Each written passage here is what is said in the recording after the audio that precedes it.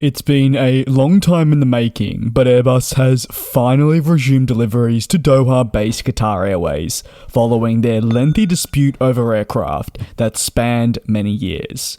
You may recall the long-standing saga related to paint and surface defects that meant the two were locked horns, and as a result, European plane maker Airbus were refusing to deliver planes to Qatar, Qatar was refusing to accept the aircraft, and also grounding the vast majority of its A350s that it said were not safe to operate. This stretched on for years and was quoted actually at continuing long through this calendar year. But on the 1st of February 2023, the pair released a joint statement and said that they had reached a settlement on the dispute, which saw a decision mutually agreed and done in an amicable manner. With the settlement being signed, the pair went about finding ways to get the aircraft not just back in the sky safely that had been grounded, but also getting deliveries to once more resume, as Qatar Airways did have many that still needed to be delivered.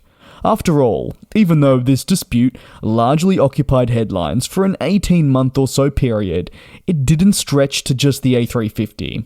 In fact, Airbus had for a brief period terminated an existing contract for the A321neo, and we subsequently saw Qatar switch over to the Boeing 737 MAX. So therefore, it was really essential that the pair worked out their differences and resumed deliveries.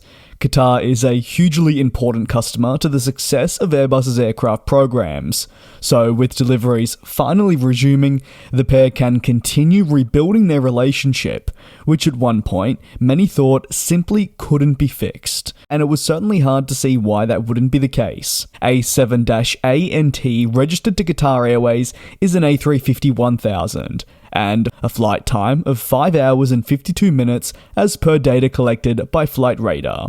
Notably as well, this is the first delivery of an Airbus aircraft since December 2020 to the carrier. Quite staggering when you think about just how long that has truly now been, well over 2 years. I don't know if the time has flown by or if that felt like a decade ago. Let me know down below in the comments what it feels like for you. While Airbus was still building aircraft, and especially the A350, they just simply weren't delivering them, which means incoming units to Qatar Airways currently are actually not brand new technically. They've been stored at the Airbus factory.